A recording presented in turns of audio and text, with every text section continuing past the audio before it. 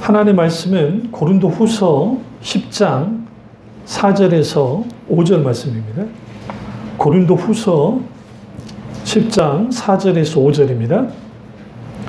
우리의 싸우는 무기는 육신에 속한 것이 아니요 오직 어떤 견고한 진도 무너뜨리는 하나님의 능력이라. 모든 이루를 무너뜨리며 하나님 아는 것을 대적하여 높아진 것을 다 무너뜨리고 모든 생각으로 사로잡아 그리스도에게 복종하게 하니. 아멘. 말씀 제목은 세 가지 영적 싸움터입니다. 세 가지 영적 싸움터입니다. 우리가 이제 영적인 싸움터의 세 가지는 첫째, 생각이에요. 그러니까 생각의 싸움터가 있고 두 번째는 마음입니다. 그러니까 생각, 그 다음에 마음. 그리고 또 우리의 싸움터가 있는데 그건 뭐냐면 말입니다. 입술. 그러니까 이 세 가지가 영적 전쟁의 99.9%예요. 거의. 그러니까 우리가 여러분이 귀신 쫓아내고 축사를 하고 하는 그러한 영적 전쟁들은 그렇게 경험 못 하잖아요. 많은 부분에 있어서. 왜냐하면 강력한 성령의 역사가 나타날 때 귀신의 정체가 드러나서 귀신을 쫓아내고 하는 일들이 우리 생애 속에 그렇게 많지 않고, 저 같은 경우에도 한 경험이 한 30번 정도 돼요. 그러니까 귀신을 저로서 굉장히 많은 거예요. 근데 그것도 전도사 시절에 딱 한 번, 그리고 한두 번, 그리고 그 전에 학생 시절에 강력한 성령 역사가 나타날 때 그런 적은 있거든요. 그러니까 그 경험 외에는 거의 없어요. 그렇다고 한다면 그 영적 전쟁터는 대부분이 생각, 마음, 말에서 나타나요. 그래서 이 생각과 마음과 이 말이 이게 분명하게 확실하게 잡혀지지 않으면 우리는 절대로 영적 전쟁에 승리할 수가 없어요. 그럼 첫 번째 우리가 이제 생각을 보겠습니다. 사탄은 우리를 공격할 때 생각을 통해서 공격을 해요. 어떤 생각을 통해서 공격을 하냐면 아주 부정적이고 또 우리가 이렇게 막 흐트러 놓는 생각들, 그런 생각을 통해서 공격을 해요. 근데 주로 그 공격 루트가 우리가 생각하듯이 막 우리가 딱 생각했을 때 그거 나쁜 거야 라고 하는 것으로 공격하진 않아요. 절대로. 왜 그러냐면 이게 나쁜 거야 라면 경계를 해버리잖아요. 모든 사람들이. 그러니까 어떤 전략을 짜냐면 이게 선한 것도 아니고 그렇다고 해서 악한 것도 아닌 가치 중립적인 것들을 통해서 많이 공격을 해요. 그 대표적인 게 인권이라는 거. 얼마나 좋은 거예요. 인권이라는 건 좋잖아요. 좋은 거잖아요. 그리고 그 인권이라는 것이 있었기 때문에 우리가 오늘날에 우리 아이들이 학교에서 매 맞고 학교 다니진 않잖아요. 안 그렇습니까? 아니 좀 수학 문제 좀 못 풀 수 있잖아요. 우리 어렸을 때 학교 다닐 때. 근데 내가 왜 수학 문제 좀 못 풀었다고 왜 선생님께 매를 맞아야 돼요? 안 그래요? 그리고 숙제 안 해왔다고? 그것도 매 때리고, 그 다음에 또 말대꾸 조금 했다고 또 매 때리기도 하고, 기타 등등. 우리가 말도 안 되는 시대 속에서 살아왔고, 그러면서 이제 나라가 좀 부유화되고 민주화되고 사회 분위기가 바뀌면서 인권이라는 것이 잘 드러난 거죠. 근데 그 인권이 뭐와 충돌하기 시작했냐면 성경과 충돌하는 요소들이 있기 시작해요. 그 대표적인 게 동성애 문제. 그다음에 남자와 여성의 성만을 볼 거는 이걸 이제 젠더 이슈라고 그러는데 남자, 여자, 또 중성 막 그런 식의, 그러니까 한 사람이 있는데 여자와 남자 성기 두 개를 갖고 태어난 사람도 있어요. 이런 사람들은 어떻게 해야 될 것인가? 이거 어떻게 결정을 해야 될 것인가? 기타 등등 이 이슈가 있으면서 이제 인권을 내세우죠. 그 인권을 내세우면서 성경에서 말하고 있는 진리와 충돌을 하는데 기독교인들이 인권은 좋은 거니까, 그리고 누군가를 함부로 막 차별하거나 하는 것은 나쁜 거니까 기독교인이 그렇게 하면 안 된다라고 하는 것 자체는 뭐라 하겠어요. 그러니까 우리가 동성애자를 향해서 우리가 막 저주를 퍼붓고 우리가 그 사람 인격을 못 오가면 안 돼요. 그러나 잘못된 것에 대해서는 분명하게 잘못됐다는 해줘야 돼요. 무슨 말인지 아시죠? 그러니까 기독 신앙의 관점에서 또 성경의 관점에서도 이미 동성애는 롯이 소돔과 고모라에 있던 롯이 있을 때 두 천사가 왔고 그 두 천사가 이제 심판하러 왔을 때에 그 소돔 지역의 사람들이 몰려와서 상관하자고 하면서 내놔라 그래요. 여기서 상관하자 말은 무슨 말이냐면 우리 한글 성경에 좀 어렵게 표현되어 있는데 이게 동성애 하자는 거예요. 그러니까 거기 있는 남자들이 몰려와서 두 천사가 남자의 모습을 갖고 있었기 때문에 밖에 나와서 자기들 동성애를 하겠다는 겁니다. 그러니까 롯이 자기의 두 딸들을 내어주면서 이 아이들을 하지 그들을 건들지 말라고 하죠. 그리고 두 천사가 이제 그 기적을 베푸면서 그들이 눈을 멀게 되고 그리고 빠져나가는 일련의 그러한 이제 역사가 나타. 그때 첫 번째 그때 등장한 게 동성애예요.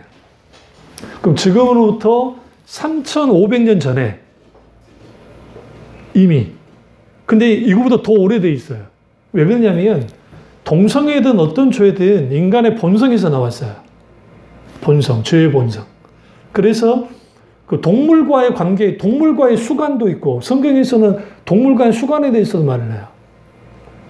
그러니까 이런 부분에 있어서 이제 뭐가 문제가 되어지냐면 사람들의 생각에 여러 가지 생각들, 근데 그게 들여다봤을 때는 죄는 아닌데 대표적인 게 욜로.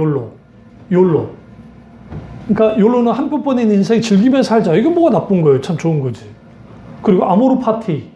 김인자 씨가 나와서 아모르 파티 노래를 불렀지만 우리가 정말 그 인생을 즐기지 않은가?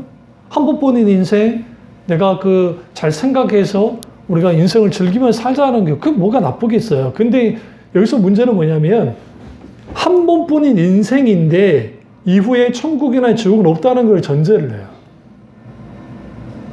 그러니까 즐기면서 살아야 된다. 웰빙이라는 게 참 좋은 거예요. 왜? 웰빙의 삶을 사는 것은 뭐가 나쁜 거겠어요. 그런데 성경은 잘 살고 죽고 하는 이 문제에 대해서 볼 때 그리스도 안에서 잘 사는 게 뭔가라는 것에 대해서 말할 때는 하나님의 영혼 안에서 사는 것을 잘 사는 거라 그래요. 이게 무슨 말이냐면 하나님의 영원한 생명을 가지고 이 땅에서 살아가는 사람들, 그들이 잘 사는 거야. 어떻게? 이 땅이 나의 본향이 아니고 영원한 나의 고향이 아니고 내가 갈 본향은 하나님의 나라니까 이 땅에 소망을 두지 않고 이 땅이 모든 것이라 여기지 않고 하나님 나라를 모든 것으로 여기면서 살아가는 거야.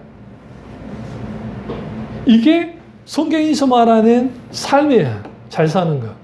근데 세상에서의 잘 사는 거라는 건 뭐냐면 부의 기준이 부. 기준이 돈에 있어요. 들어보세요. 세상은 기준을 돈, 성공, 그리고 소위 말하는 공부 잘하는 거, 성적. 그러니까 돈, 성공, 성적. 그래서 어렸을 때는 성적 순으로 순번을 매겨서 가치를 매겨요. 그 다음에 성공. 그 사람이 어느 지위를 가든 그 성공으로 가치를 매겨요. 그 다음에 마지막은 뭐냐면 결국은 돈. 그 돈에는 돈이 따르면 명예와 권력과 이 모든 것이 따르기 때문에 가치를 먹이는 거야. 예를 들어 이렇게 생각해 봅시다. 우리가 개하고 내가 달리기를 한다고 합시다. 그 개하고 달리기를 해요. 이거는 이제 내가 개를 어쨌든 막 달리기를 했는데 개한테 졌어. 그러면 사람들 뭐라고 그래요? 개만 또 못한 놈이라고 그래요. 조크예요. 그러니까 비유로 하는 거야. 개만 또 못한 사람. 근데 달리기를 했는데 개하고 똑같이 꼬리짐을 딱 들어갔어. 그러니까 개 같은 사람이 된 거예요. 무슨 말인지 아시죠? 응? 근데 이제 개를 이겼네? 개를? 그럼 뭐 하겠어요? 잘 생각해 보세요. 개만 또 못한 사람? 개 같은 사람. 응? 모르겠어요? 숙제. 네, 다음 주에 여러분 그 생각나게 하루도 일주일 내내 생각나게 숙제. 분명히 나 다음 주 물어봐요. 내 설교 때. 그건 뭐냐면 계획의 기준을 딱 두잖아요. 예를 들어 이거는 이제 비우니까. 그러면 내가 걔만 또 못한 사람이 될 수도 있고 걔 같은 사람이 있고 걔보다 어떤 사람이 될 수 있다고요. 근데 기준이 걔잖아요. 그 걔를 뛰어넘지 못하는 거예요. 세상이 그래요. 사탄은 어떻게 우리를 공격하냐면 우리의 기준점이 세상 것이 되게 만들어요. 그러니까 세상 공격을 계속해요. 그러니까 그 예수 그리스도를 믿는 부모들이 세상 사람들의 기준을 가지고 아이들을 양육하면 성적 순으로 모 순으로 똑같이 해요. 그 말은 하나님을 믿는다고 하는데 실제로 세상 사람들의 기준을 가지고 그렇게 해버려요. 그러니까 그렇게 되니까 무슨 일이 벌어지냐면 거기에 막 열심히 뭐 누군가보다 더 나아야 되고 성적도 좋아야 되고 그래야 좋은 직장을 들어가고 그러니까 이제 나를 위해서. 그러면 지금 생각해 보세요. 지금 우리나라 지금 대통령 지금 큰 대단한 후보들이 2명이 있는데 그 사람들 특징이 뭐예요? 둘 다 사법시험 패스한 사람들이에요. 머리 좋은 사람들이에요. 한 사람 서울대 출신이고 한 사람 저기 성균관대학교 출신이에요. 얼마나 머리 좋아요. 응? 근데 뭐예요? 둘 다? 이런 말 하죠. 그렇죠. 그러잖아요. 줄 세운 결과가 그런 사람이 나왔잖아요. 그런 사람들이. 세상이 그래요. 우리가 세상을 들여다봤을 때 사탄은 우리를 어떻게 뒤흔드냐면 니네 집 평수가 어디야? 내가 어디 살아? 너가 뭐 어때? 이걸로 사람들을 점수를 매기고 가치를 매기고 그 사람이 그런 사람이라고 계속 그렇게 평가를 해요. 그렇게 해야 자본주의의 탐심 속에서 사람들이 그렇게 가요. 그 친구들끼리 만났을 때에도 예를 들어 뭐 너 연봉이 얼마냐? 뭐 어쩌냐? 뭐 어떻게 하냐? 하면서 그걸로 자기들끼리 우월감을 느끼고 그걸 한다고요. 그러면서 사람들에게 뭘 깨뜨려 버리냐면 내가 하나님의 걸작품 중에 걸작품인데 성경에 보시면 하나님 우리를 창조하셨고 지으셨고 우리를 걸작품으로 만들었는데 그 걸작품 되어지는 우리가 세상의 기준에서 난도질이 되는 거예요. 그러니까 오늘날에는 스마트폰을 검색을 하다 보면 특별히 그 의사 선생님들 그 말 하잖아요. 제발 어떤 증상 가지고 스마트폰 제발 좀 검색 좀 하지 말라고. 그 대다수가 뭐니까 낚는 것들이 많고 부정확한 정보도 많으니까 좀 도움 되는 것도 있긴 있겠지만 제발 그런 말도 하고 또 일반적인 누군가가 지금 검증되지 않는 누군가가 지금 계속 정보를 올리는 거 아니에요. 안 그래요? 우리가 언제 그 사람이 누군지를 어떻게 알아요? 제일 밑에 보면은 밑에 누구 기자, 예를 들어 뭐 조선 아니면 중앙 아니면 한겨레 뭐 그것까지 보는 사람 거의 없을 거예요. 대부분 그렇게 보잖아요. 그러면 그 기사의 정보를 막 받아요. 근데 우리도 모르는 사이에 뭐가 딱딱 들어오냐면 우리의 기준 속에서 생각이 하나님의 말씀에 의해서 분별되어져서 걸러져야 되는데 무비판적으로 계속 들어오는 거예요. 무비판적으로. 그러면 이 생각 중에 나에게 딱 영향을 끼치는 생각이 있어요. 그러니까 대부분 우리가 자살하시는 분들 중에 내가 자살하고 싶은 마음이 딱 생겼어요. 그런데 자살 검색을 해요. 그러다 자살 사이트에 들어가요. 그러니까 그 내용을 들어보니까 나랑 비슷해. 근데 자살하고 싶은 마음이 있어. 근데 거기에 막 계속 그 정보를 받다 보면 그 생각이 어디로 가냐면 감정을 잡아요. 여러분이 주로 검색할 때에 어떤 걸 놓고 주로 검색을 하는가를 딱 들여다보세요. 그걸 들여다보시면 여러분이 지금 거기에 휩쓸려 간 거예요. 왜냐면 내가 지금 부동산에 대한 관심이 많아. 그러면 아무래도 부동산에 대한 걸 검색을 굉장히 많이 하겠죠. 그렇지 않을까요? 아니면 자녀 교육에 대한 관심이 많으면 자녀 교육에 대해서 계속 검색을 하겠죠. 그러다 보면 거기에 우리도 모르게 우리의 생각이 무비판적으로 열려져요. 그러니까 잘 들으셔야 되는 게 그 뉴스, 그 다음에 광고, 드라마, 영화, 뮤지컬, 연극, 그 다음에 신문에도 신문의 사설, 요즘은 신문 잘 안 보니까 포털에 있는 글들, 그리고 기타 등등 여러 가지 이 모든 것들은 건전한 비판을 가지고 분별하여 읽어내질 않으면 우리는 그 사람들이 그 이끄는 대로 요구하는 대로 딱 끌려가요. 특별히 뉴스에 속으면 안 돼요. 우리는 뉴스가 아주 객관적일 거라 생각해요. 모든 사람들이. 그런데 같은 사건을 두고도 TV조선의 뉴스가 다르고 JTBC 뉴스가 달라요. 같은 사건을 보고. 왜 그러냐면 한쪽은 보수의 시각으로 한쪽은 진보의 시각으로 보기 때문에. 그러면 이거는 미국도 똑같아요. 그 워싱턴 그러니까 저기 그 뉴욕 타임즈하고 또 워싱턴 타임인가 뭐 있었어요. 근데 이게 둘 달라요. 뉴욕 타임즈는 좀 저기 진보적이고 그 워싱턴 그쪽에는 저기 저기 보수적이고 폭스 TV 굉장히 보수적이고 CNN이나 이런 데는 또 굉장히 진보적이에요. 그러니까 이런 것들이 막 충돌을 해요.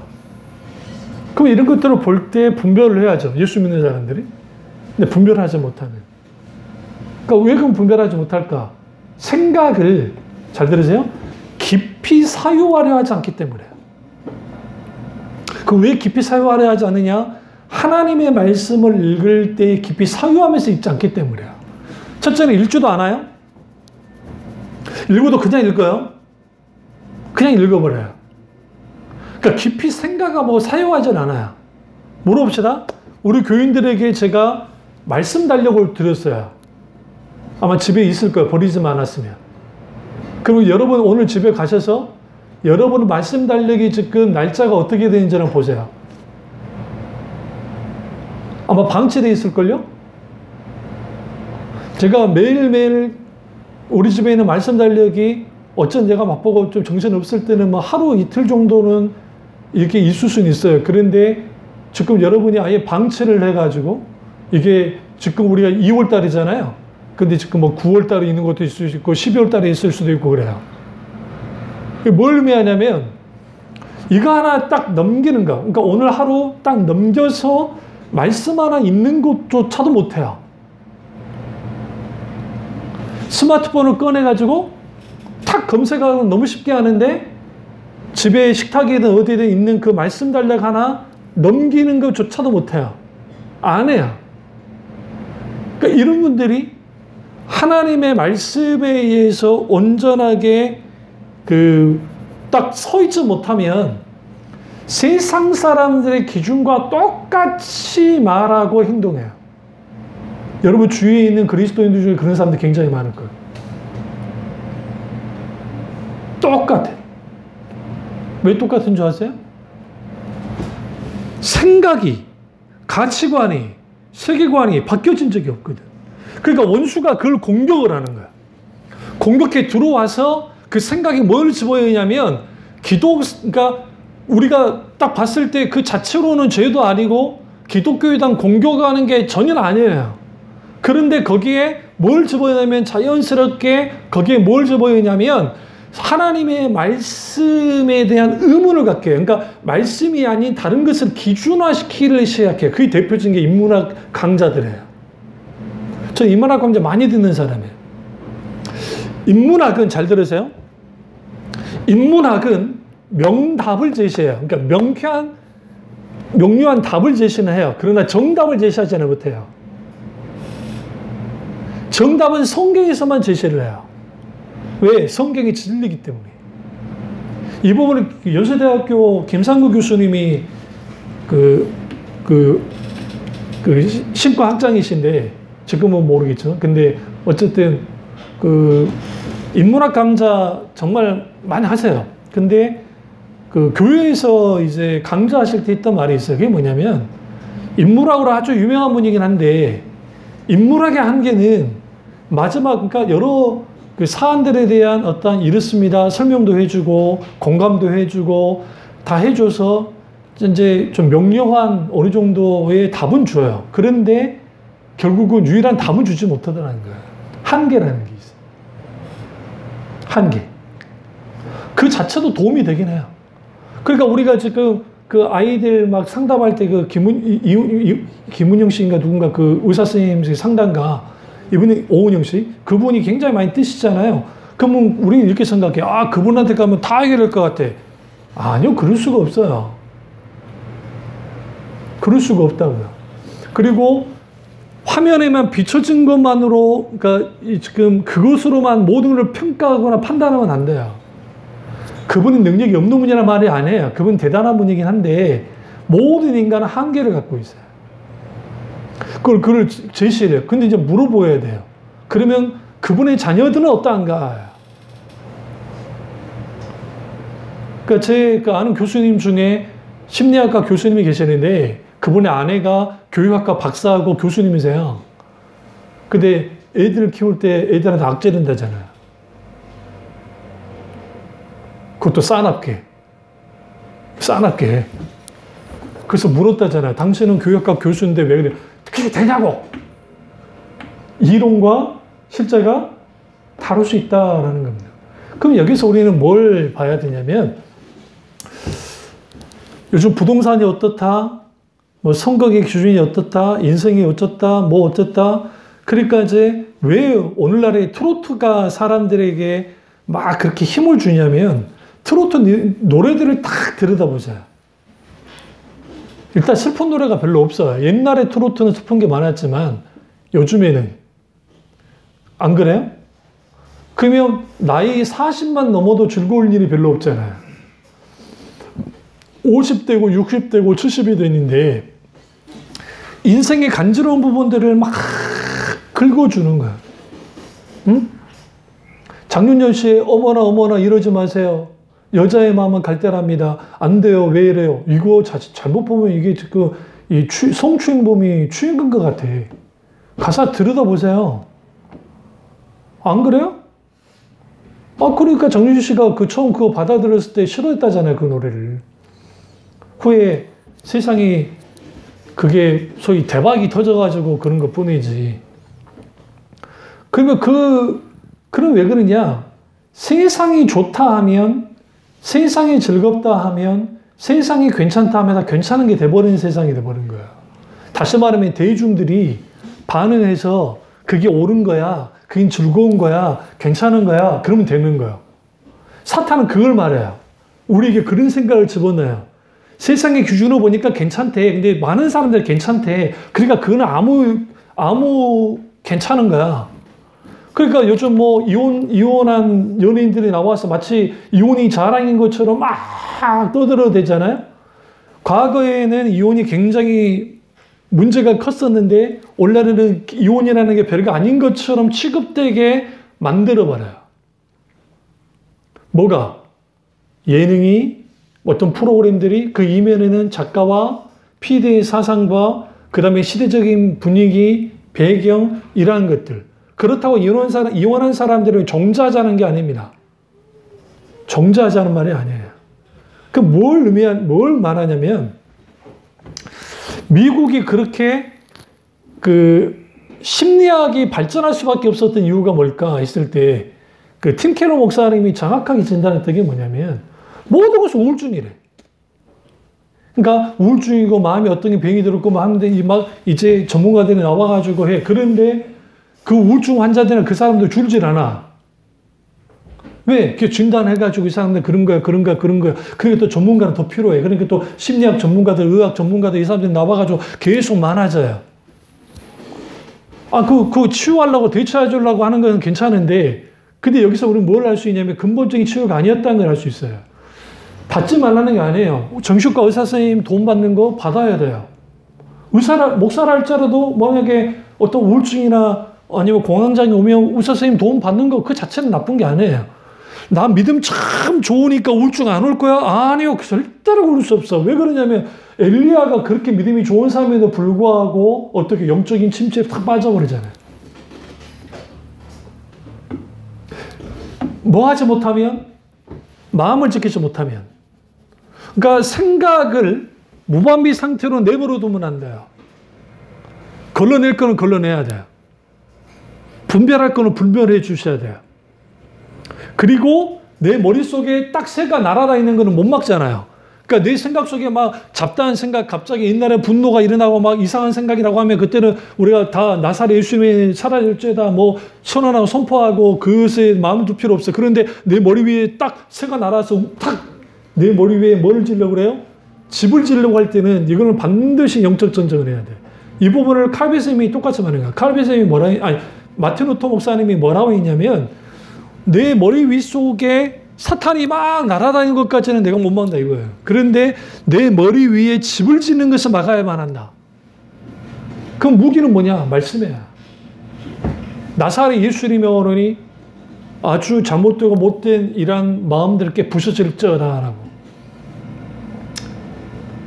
선언하고 선포하셔야 돼요.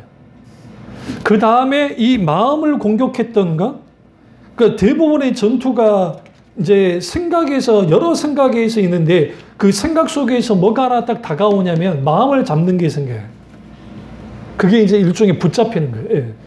붙잡힌 거. 근데 그 붙잡히게 되어지면 이제 이 건강에 대한 불안함, 아니면 내 미래에 대한 불안함, 내 노후에 대한 불안함, 내 어떤 것에 대한 불안함들을 가져요. 그게 우리 앞에 있는 어떤 사건, 어떤 일들, 아니면 인생 주기표 속에서 살아가면서 벌어지는 것이든 아니면 기타 등등 여러 상황 속에서 우리가 거기에 있게 되어져요.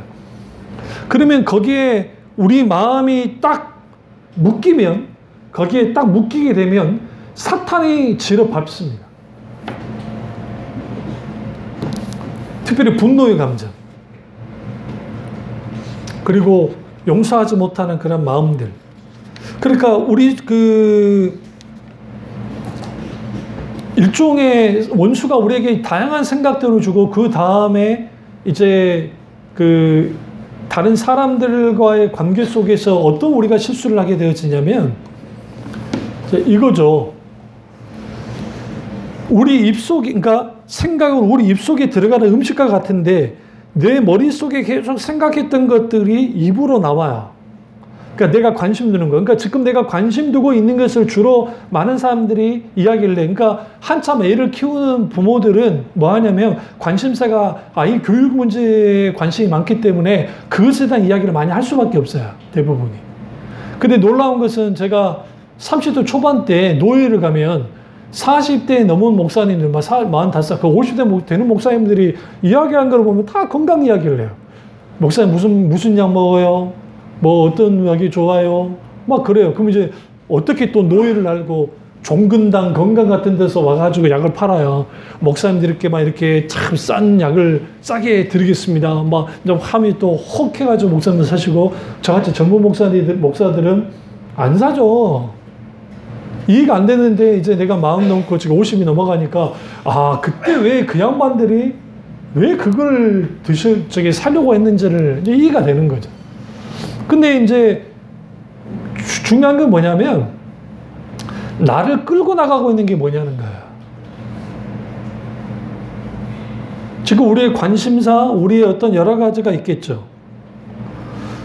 근데 성경이 이렇게 말해요. 한번 찾아보실래요? 잠언서 23장 7절.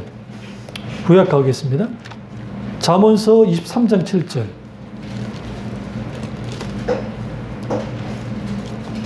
시편 뒤에 있어요. 잠언 23장 7절.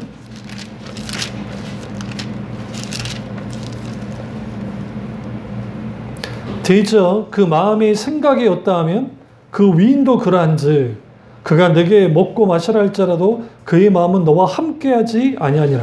여기서 대저 그 마음의 생각이 어떤 그 사람의 생각이 어떤 그 사람이 그런 사람이 된다는 거예요. 그러니까 계속 막 음란한 생각만 하는 사람은 이상한 짓을 하는 거예요. 학교 교장 선생이 왜 여자 화장실에다가 카메라를 설치합니까?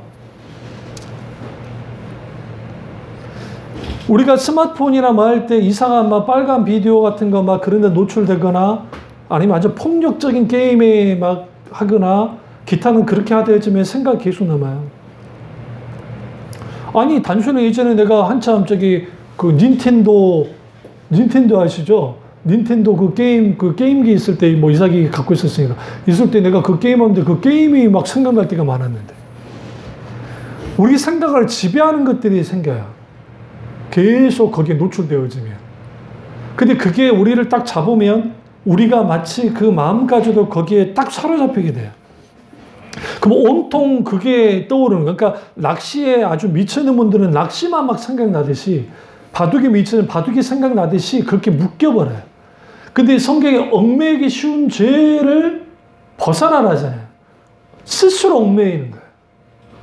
그러니까 우리 지나치게 건강염려증에 있는 사람들을 건강염려증에 묶이고, 지나치게 소위 노는 데 미쳐있고 즐기는 데 미쳐있는 사람들 거기에 묶여요. 그러니까 쾌락에 묶이고, 어떤 사람들은 기타는 여러 가지 묶여요. 묶이게 돼요. 그러면 묶이면 무슨 일을 벌이냐? 눌려져요. 그 이번에 러시아 피겨 은메달 딴 그 여자의 그의 그 태도를 보세요. 응? 다른 것들은 다 금메달 땄는데 나만 금메달 못 땄어 하면서 진상을 막 떨잖아요. 응? 그러다가 이제 뭐 하죠? 시상식 할 때 아주 중진하잖아요. 이게 왜 중진하는 게, 우리나라는 이게 여기 아니에요. 우리가 배웠었지. 왜 이게 여기일까요? 이게 뭐냐면 100년 전쟁 때, 그러니까 영국하고 프랑스가 전쟁을 막 해요. 100년 동안. 이것도 30년 장미 전쟁도 있지만. 근데 전쟁을 하면서 포로를 잡으면 이 사람을 다 죽일 수는 없잖아요, 포로를. 근데 이 사람들의 이 중지 손가락을 딱 자르면 칼이나 활을 잡을 때 이게 쉽지가 않아요. 우린 지금 이게 갖고 있으니까 그러는데 이걸로 이렇게 하는 게 쉽지가 않아요. 그러니까 활을 잡거나 칼을 잡지 못하게 할 용도로서 그렇게 한 거예요. 이게 욕이 된 거예요, 여기. 무슨 말인지 아시죠? 근데 그 욕을 딱 하잖아요. 그럼 그 인성만을 볼까요? 그게 분위기, 뭐예요? 1등반이 최고이고, 우리나라도 옛날에 그런 적이 있었지만 지금 좀 많이 달라졌잖아요. 그러니까 1등반이 최고이고, 뭐고, 그 머릿속에 지금 최고의 가치는 내가 금메달 따는 것이고, 그래야 내가 존재 가치가 있고, 내가 뭔가 어느 자리에 돼야 되는 거야. 근데 언제 성경이 그랬냐고요. 주님 이렇게 말합니다. 너는 내가 피값으로 샀고, 우리가 그리스도를 믿고 예수 그리스도를 믿고 구원받았으면 그 자체로서의 가치 있는 존재라고 말을 해요. 어떤 가치? 하나님의 걸작품이라는 표현을 썼는데, 빌립보서도. 근데 이게 걸작품이라는 그 단어가 뭐와 관계가 있냐면, 헬라어 원제로 보시면 시라고 그래, 시. 우리 시는 시 있죠. 너는 하나님의 시야라고 돼, 시. 여기 여러분들에게 시를 안 써보니까 시의 강점은 뭐예요? 시는 함축 언어예요, 함축 언어. 소설은 막 기승전결을 막 해야 돼요. 그리고 물론 시에도 기승전결이 있긴 있죠. 그런데 한 문단 단락 하나에 엄청난 의미를 두면서 시를 써나가요. 그래서 정말 진짜 그 작가 중에 힘든 분들이 시예요, 시 쓰는 분들이에요. 그분들은 대단한 분들이에요. 그러면 그 시인데 하나님이 우리를 향해 너희는 시야라고 했을 때 우리에 담겨져 있는 그 자체, 그러니까 하나님의 창조하신 하나님의 놀라운 형상으로 창조된 인간은 결국은 시적인 시와 같은 존재, 걸작품인 하나님 그분의 놀라운 것들이 담겨있는 존재, 그 자체로 가치가 있는 거죠. 근데 세상은 우리는 뭘 이루어야 되고 뭔가 가져야만 가치 있는 존재라고 계속 가르치죠. 그러니까 이 마음에 이제 생각에 잡혔던 것들이 마음에 영향을 주면 마음이 뭐를 결정시키냐면 태도를 결정시켜줘요. 어떤 태도를 갖게 만드는가. 주로 저는 우리 애들을 혼낼 때나 아니면 우리 교회 애들 마찬가지로 할 때에는 태도예요. 단순히 어떤 한 말 때문에 화를 내는 건 아니에요. 그럼 그 태도 속에는 뭘 갖고 있냐면, 그러니까 이거죠. 하나님과 나와의 관계 속에서 태도가 있는데, 이 태도 속에서 하나님을 어떻게 바라보냐면, 하나님 그분을 나의 구세주의자, 창조주의자, 진정으로 주님을 주인으로 인정하는 태도를 가지면 좋겠는데, 인간은 불쑥불쑥 우리 속에 뭐가 있어요? 반역심을 갖고 있기 때문에 하나님을 떠나는 경향성을 갖고 있기 때문에 우리 태도가 우리가 조금만 뭔가 잘 되면 내가 막 높아져요. 근데 우리가 좀 뭔가 좀 잘못되어지면 우리가 그냥 한없이 또 낮아져 버려요. 무너져. 절망을 해버려요. 그러니까 우리가 막 자존감이 무너지고 어쨌든 너무 교만해지고 막 돈을 많이 벌거나 성공하면 뭔가 어깨에 막 힘을 주고 하나님 앞에까지 막 그래요. 이 태도. 그러니까 이 태도를 뭐 해야 되냐면 다스려야 돼요. 하나님을 향한 잘못된 태도들을 다스려 나가야 돼요. 계속적으로. 깨뜨리면서. 마찬가지예요. 원수는 계속 우리에게 공격하면서 주로 우리에게 분노케 하는 거예요. 그러니까 마음의 분노. 성경에 해가 지도록 분을 품지 말고 마귀로 틈타지 못하게 하라 그러잖아요. 어떤 말이나 어떤 것들이 우리를 분노하게 만들고 그것이 해가 지도록 만약 하루가 지나기까지 그걸 계속 분노한 마음을 갖고 있으면 억울한 마음을 갖고 있으면 계속적으로 그 상처난 마음을 쓴뿌리를 갖고 있으면 원수가 공격을 해요. 그래서 어떻게 하냐면 하나님과 나와의 관계를 가로막아요. 그리고 사람과의 관계를 가로막고 결정적으로 나의 관계를 가로막아요. 그러니까 자아를 막아요. 그러면서 거기에서 뭐가 나오냐면 피해의식, 잘못된 피해의식. 그래서 자기가 다 피해를 받은 거예요. 그래서 모든 화살을 다른 사람에게 하나님께 돌려요. 이런 사람들이 사회에 부적응하고 사회를 향해서 하면 묻지마 범죄를 저지르는 거야. 나와 전혀 관계도 없는데. 이번에 무슨 40대 남자가 알지도 못하는 사람이 들어와가지고 칼을 휘둘러서 20대 종업원이 죽었잖아요. 칼 맞아가지고. 그럼 왜 그런 일이 벌어져요? 부적응한 사람이니까 그럴 수 있죠. 그렇게까지는 가지 않는다 할지라도 우리가 여기서 주어주면 할 게 뭐냐면 우리 속엔 이 마음이 계속 삐뚤어진 태도를 계속 갖고 있게 되어지면 누구를 용서하지 못하고 어떤 관계가 회복되지 않는 상태에 내버려 두면 이 태도가 계속적으로 누구를 향하냐면 자기를 향해요. 다른 데 안 향해요. 절대 나만을 향해요. 나만을 향하면서 거기에 뭘 갖게 되면 적개심과 분노감을 갖게 됩니다. 그래서 성경에 에베소서에서 자녀를 양육할 때 교훈과 훈계로 양육하며 라고 했어요. 교훈, 하나님의 말씀과 훈계로 양육하며 자녀로 하여금 뭐하게 하지 말라? 노하게 하지 말라라고 그래 있어요. 그러니까 여기서 우리는 분명히 볼 게 뭐냐면 내 마음이 전쟁터가 될 텐데 어떻게 전쟁터가 되느냐? 내 마음이 이렇게 기울어지는 거예요. 그리고 내 마음이 찢어지는 거예요. 어떻게? 어떤 과거의 어떤 일 때문에, 어떤 말 때문에, 어떤 것 때문에 찢어진 채로, 상처난 채로 계속 있어요. 그러면 상처가 나면 마음에 뭐가 냐 골마들기 시작해요. 골맞아요. 골맞으면 그게 내 육신의 친형제로부터든, 내 부모로부터든, 아니면 내 친구로부터든, 어떤 누구로부터든, 그런 것들이 되어지면 내 마음밭이 완전 황폐해져요. 황량해진단 말이에요. 그 황량해진 그 마음에 하나님의 말씀이 들어갈 자리는 없어요.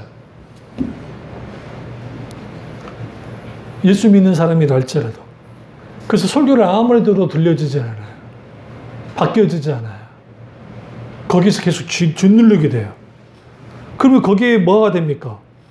이것을 계속 갈아엎는 계속적으로 우리의 이 쓴뿌리를 주님 앞에 가지고 나아가서 이거를 계속 갈아엎어야 되는데 그 없는 길은 성령이 강력하게 찾아오셔서 우리를 회개케 하고 우리 마음을 만져주셔야만 해요. 근데 문제가 있어요. 계속 더러운 먼지 같은 생각이 계속 들어와.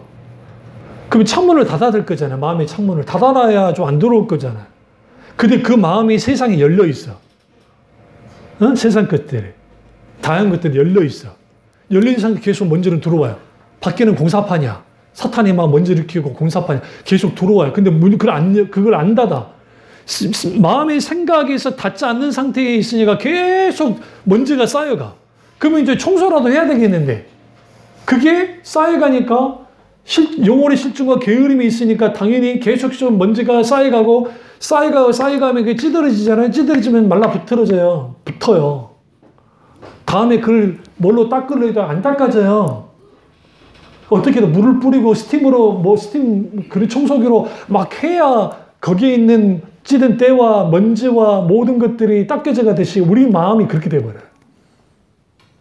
그 창문을 닫는 길은 뭐냐면 하나님의 말씀으로 우리는 계속 매일매일 하루하루 하나님의 말씀으로 받아서 내 마음, 내 생각이 청소돼야 되고 내 마음이 청소돼야 되는데 내 마음을 어떻게 하느냐. 종을 가꾸듯이 가꿔야 돼요. 화분 가꾸듯이 가꿔야 돼요. 내 마음을. 내 마음을 그대로 내버려 두면 안 돼요. 마음은 가꿔야 되는 대상이지 내버려 두는 대상이 아니야. 그러니까 솔직히 부모가 자녀를 사랑하지만 그래도 말지 안 듣는 자녀에게 마음이 더 가죠. 안 그래요? 맨날 말 듣고 하고 맨날만 사고 치고 하면 솔직히 자식이지만 미울 때가 있다고요. 솔직히. 안 그래요? 그런데 그런 것들을 그냥 내버려 둬버리면 우리 마음속에 쟤는 원래 그래 라고 돼버려요. 이게 아주 심각한 거야. 자녀도 똑같아. 우리 엄마하고 그래. 우리 아빠 외국도 원래 그런 사람이야. 어떻게 보면 우리 그걸 너무 쉽게 하는데 그게 뭐냐면 지금 그 안에 완전히 황폐해진 거야. 마음속에. 근데 사탄은 그걸 원해요. 수많은 생각에 잡다한 생각들 속에 먼지가 들어오기를 원해요. 그러니까 오늘날의 세대 사람들이 이거는 예수 믿든 안 믿든 다 똑같아요. 깊이 사유하는 글들을 읽진 않아요. 여러분 좀 시간이 있으면 EBS에 그 석학들이 나와서 잠깐 하는 그 강좌가 있습니다. 그 외국의 유명한. 물론 거기에는 좀 경계해야 돼요. 도키스 같은 사람들은 경계를 해야 되겠지만 그런데 그분들 중에 비록 그들이 크리스찬은 아니지만 어떻게 세상을 바라보고 살아야지에 대한 교훈을 주기 때문에 그런 것들은 조금씩 들어볼 필요가 있어요. 그러면 거기에 공통적인 게 그거예요. 그분들이 공통적으로 하는 말들은 그거예요. 오늘날의 시대가 너무 현재 가벼워져 버렸다는 거야. 그러니까 물질 문명은 발전하고 가벼워져 가지고 스마트폰으로 막 사람들이 그 정보는 취합하는데 막상 가지고 나오면 안 되는 거야. 그러니까 제가 아는 그 교수님도 지금 그 강의를 하다 보면 과거 10년 전에 있던 학생들과 지금의 학생들이 똑똑하긴 한 것 같은데 막상 개인 발표를 시키거나 디스커션, 그 토론식 그 수업을 하다 보면 이게 분명히 똑똑한 애들이고 수능도 정말 잘하고 공부도 참 잘해서 이 학교를 들어왔는데 이렇게 잘 자기 주장을 하는 친구들은 특별히 뭐 몇 명 있긴 하지만 나머지 거의 꿀먹은 벙어리처럼 구르고 있다는 거야. 애들은 왜 그럴까? 그게 교육의 방법에서 그럴 수도 있겠지만 깊이 생각해 본 적이 없는 거예요. 사유해 본 적이 없는 거예요. 어? 제가 어렸을 때에 중2 때 중생이 처음 한 다음에 시를 쓰기 시작했고 그 다음에 깊이 사유하기 시작했어요. 자연 속에서. 그러니까 제가 웬만한 자연 가면 제가 그렇게 막 감탄하지 않는 이유도 말했잖아요.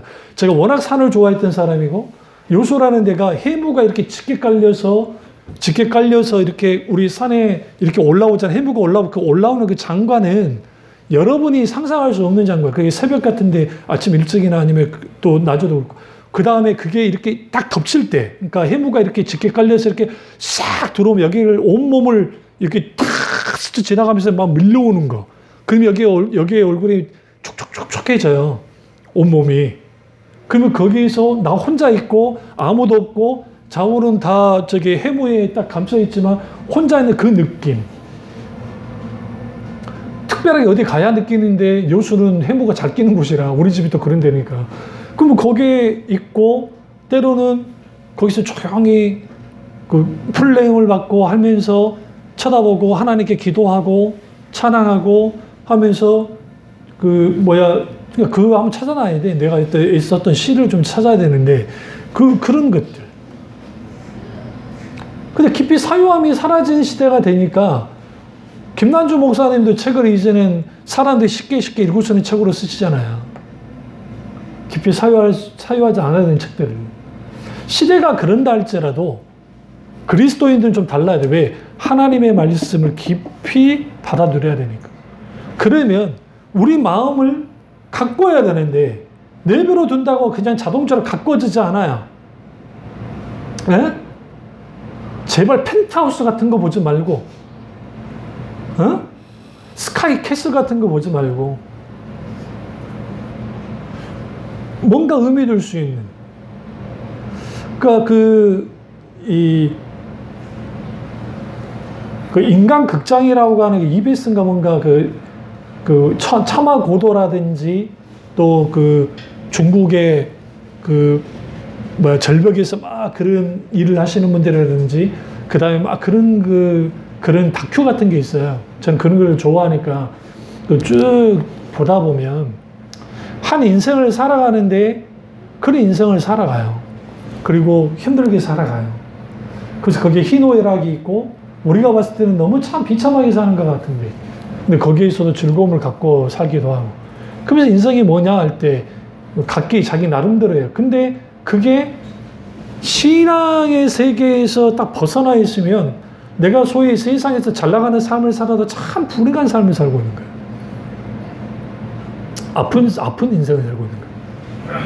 그렇다 한다면 우리 마음속에 있는 이것들을 하나님 말씀과 찬양과 기도와 이러한 것들을 통해서 특별히 깊이 주님의 말씀 묵상함을 통해서 우리 마음을 계속적으로 청소하고 마음을 지켜야 돼. 무릇 지키면 내 마음을 지켜라. 생명의 근원이 어디서 난다고요? 이에서 남이라 그러잖아요. 자, 가보시죠. 우리 잠언서 4장 23절 보세요. 모든 지킬 만한 것 중에 더욱 내 마음을 지키라. 생명의 근원이 이에서 남이니라. 내 마음을 지켜라. 마음을 지키는 게 굉장히 중요해요. 그러니까 뭔가 근심과 걱정과 염려와 그러한 것들이 왔을 때 내가 나사렛 예수님의 도교시에 물러갈지어다. 내 마음을 누르는 것들아 물러갈지어다 하면서 내 마음을 지켜야 돼. 그리고 이제 입에 대한 거. 그러니까 세 번째 공격 루트는 말의 입이에요. 입. 말인데 잠언서의 이런 부분에 대해서 굉장히 많아요. 그러니까 듣기는 속히하고 말하기는 더디하라는 말이 있습니다. 성경에 보시면. 10장 13절 보세요. 잠언서 10장 13절. 명철한 자의 입술에는 지혜가 있어도 지혜 없는 자의 등을 위하여는 책적이 있느니라. 그러니까 명철한 자의 입술에는 지혜가 있다. 잠언서의 가장 큰 핵심은 지혜예요. 호크마. 하나님의 지혜를 갖고 있느냐 갖고 있지 않느냐. 근데 그 지혜는 하나님을 경외한 자들 속에서 주어져요. 여호와를 경외하는 것이 지혜의 근본이라 했으니까. 그렇다고 한다면 이 입술이 무슨 일을 하냐면 우리 입의 말이 우리를 강력한 무기가 돼요. 사람을 죽여요. 우리는 주먹으로 치는 그것만이 폭력이라고 생각하지만 말도 폭력이 되는 거예요. 15장 1절 보세요. 유순한 대답은 분노를 쉬게 하여도 과격한 말은 뭐를 하느니라? 노를 격동하느니라. 18절 보세요. 분을 쉽게 내는 자는 다툼을 일으켜도 노하기를 더디하는 자는 시비를 그치게 하느니라. 23절. 사람은 그 입의 대답으로 말미암아 기쁨을 얻나니 대에 맞는 말이 얼마나 아름다운고. 28절. 의인의 마음은 대답할 말을 깊이 생각하여도 악인의 입은 악을 쏟느니라. 여기서 굉장히 중요한 게 대답한 말을 깊이 생각한다는 거예요. 그러면 이 입술의 문제, 이 말의 문제, 이 말이 왜 문제가 되냐면 예수님께서 공생애관 속에서 사람을 더럽히는 게 무엇이냐라고 물었을 때에 사람들은 선뜻 대답하지 못했어요. 그러니까 예수님이 너희가 밥 먹고 다 화장실 가셔서 일을 보시잖아요. 일 보는 그게 더럽히는 게 아니고 너희의 입에서 나오는 말이 더럽힌다, 사람을. 근데 그 말은 어디서부터 나와요? 생각이 마음에 있는 것을 입으로 쏟아내는 거예요. 이게 죄가 되는 거예요. 야고보서 가보세요. 야고보서 1장. 신약에 야고보서 1장을 가보시면 야고보서 1장에 이제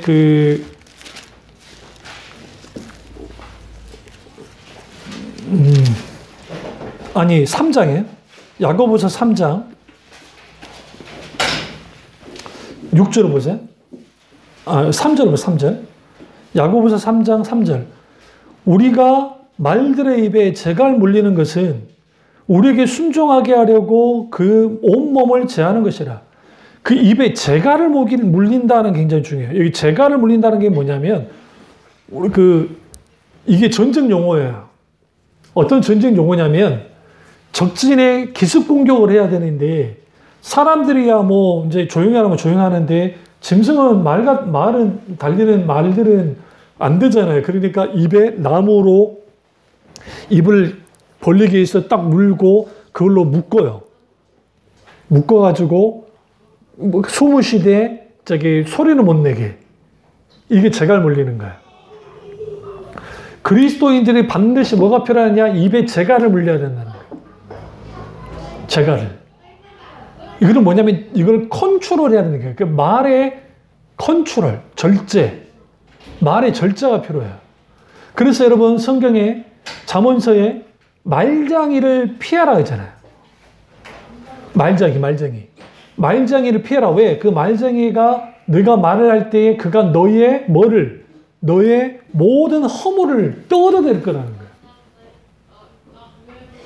주로 여러분이 친구를 만나거나 할 때 막 남의 말을 많이 하죠. 어느 가정사 뭐 그런 말을 주로 많이 하는 사람들 회개해야 돼요. 신경 끊으세요. 아니 물론 너무 중요한 이슈 어떤 일들 사건이 있어서 그 집 이야기를 하는 거야. 그럼 뭐 괜찮은데 그게 아니라 너무 습관적으로 습관에 따라서 이 집이 어쨌대, 저 집이 어쨌대, 뭐 어쨌대, 이게 성경에서 말하는 말장이들이에요. 성경에는 그 말장이들을 향해서 경고를 해요. 경고를 한다고요. 그들을 가까이 하지 말라고. 그래서 그 사람의 죄의 상당 부분이 생각과 마음과 말인데 주로 말로 죄를 많이 져요. 그 말 속에는 분노에도 선이 있잖아요. 저도 화날 때 한번 화나면은 그 선을 안 넘을 노력하지만 사람이라 화가 나면 넘을 때가 있긴 한데 근데 분을 내어도 죄는 짓지 말라고 성경 말했어요. 그러니까 사람이 분을 안 낼 수는 없어. 근데 죄는 짓지 말아야 된다는 거야. 분을 넘어서는 죄를 지을 수 있거든. 근데 이제 중요한 건 뭐냐면 그 말이 혀가 어떤 짓을 하느냐 하는 거예요. 그게 6절 보세요. 5절부터 볼게요. 야고보서 3장 5절부터 보시면 이와 같이 혀도 작은 지체로서 큰 것을 자랑한도다. 보라 얼마나 작은 물이 얼마나 많은 나무를 태우는가. 여기서 작은 불은 말의 말, 이 혀로한 그 말이 얼마나 많은 나무를 태우는가. 여기서 나무는 모든 사람들이에요. 관계도 모든 사람들을 태워버릴 수 있어요. 그러니까 댓글 있잖아요. 댓글을 너무 쉽게 하고 그리고 주로 사람들이 막말할 때 전화통화 속에서 막말을 많이 쉽게 할 수 있어요. 왜냐하면 서로 보지 않기 때문에 서로 막말을 해요. 막 사람들이. 그런 실수를 할 수 있다고요. 왜? 눈앞이 없으니까. 그러면 여기서 중요한 게 뭐냐면 많은 나무를 태우는데 6절 보세요. 혀는 곧 불이요 불의의 세계라. 혀는 우리 재치 중에 온몸을 더럽히고 삶의 수레바퀴를 불사르나니 그 사르는 것이 뭐다? 지옥불에서 나느니라. 이 지옥불에서 났다는 게 뭐냐면 사탄이 그렇게 한다. 그러면 여기 우리가 사탄의 별명 중에 하나가 뭐예요? 참소하는 자야 뜻이. 사탄의 뜻이. 참소한 게 뭐예요? 이 사람이 잘못한 게 없는데도 또 잘못한 게 있어도 뻥튀기를 내가지고 참소를 하는 거예요. 고자질을 하는 거야 계속. 거짓말로 하기도 하고. 사탄이 그렇게 하듯이. 예수 믿는 사람들이 똑같이 이걸 후욕이죄라 그래요. 후욕이죄. 성경에 보시면. 그 후욕의 죄를 교회 공동체가 너무 쉽게 저지르는 거야. 그러면 그 속에서 누가 듣고 계신다? 하나님이 듣고 계시고 하나님이 그 부분에 대해서 문제를 삼아요.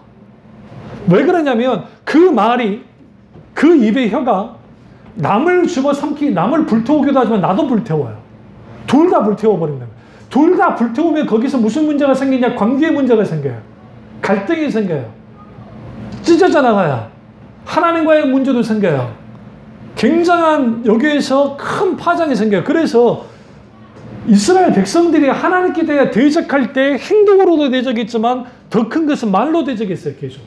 그리고 아론과 모세를 향해서도 그들이 저들을 죽이자고, 저들은 정말 진정한 지도자가 아니라고, 죽을 데가 없어 우리를 이때로 왔냐고 하면서 막 하는, 성경에 좋게 말해서 거기에 그래요. 예수님 뭐라 합니까? 너희 형제를 향하여 라거라 하는 자는 주님이 지옥에 던져버린다 그랬대요. 이 말이 왜 무서운 말이냐면, 너희 형제를 향해서 라가라는 자, 이 라가라는 게 뭐냐면 욕하는 자. 근데 이 욕은 어떤 욕이냐면 조주의 욕을 말해요. 응? 그들을 뭐 하겠다? 지옥불에 던져버리겠다는 거죠. 왜 이랬을까요? 사탄이 우리를 공격할 때에 우리의 생각, 그러니까 분별력 없는 생각을 그대로, 생각 자체를 놔둬버리는 사람들, 창문이 열려져 있으니까 마음으로 막 수많은 먼지가 들어오고 그 마음을 가꾼 적도 없어, 청소한 적도 없고 그대로 내버려 놔뒀어. 이런 마음에 뭐가 있겠어요? 거의 자리 잡을 게 없어요. 그냥 뭐밖에 안 돼요? 거기에 악취만 풍기는 거예요. 그런 상태에서 입까지 열어보세요. 그러니까 그 사람들은 주로 자기는 피해자고, 수많은 피해자 피해 속에서 나는 이랬어 저랬어 하면서 계속 비난의 화살을, 저주의 화살을 뭐 뽑아내는 것이죠. 8절 보세요. 혀는 능히 길들일 사람이 없나니 쉬지 않는 악이요 죽이는 독이 가득한 것이라. 이것으로 우리가 주 아버지를 찬송하고 또 이것으로 하나님 형상대로 지음받은 사람을 저주하나니 한 입에서 찬송과 저주가 나오는도다. 내 형제들아 이것이 마땅하지 아니하니라. 셈이 한 구멍으로 어찌 단물과 순물을 내겠느냐. 내 형제들아 어찌 무화과나무가 감람 열매를, 포도나무가 무화과를 맺겠느냐. 이와 같이 짠물이 단물을 내지 못하느니라. 여기서 지금 야고보 장로가 강조하는 게 뭐예요?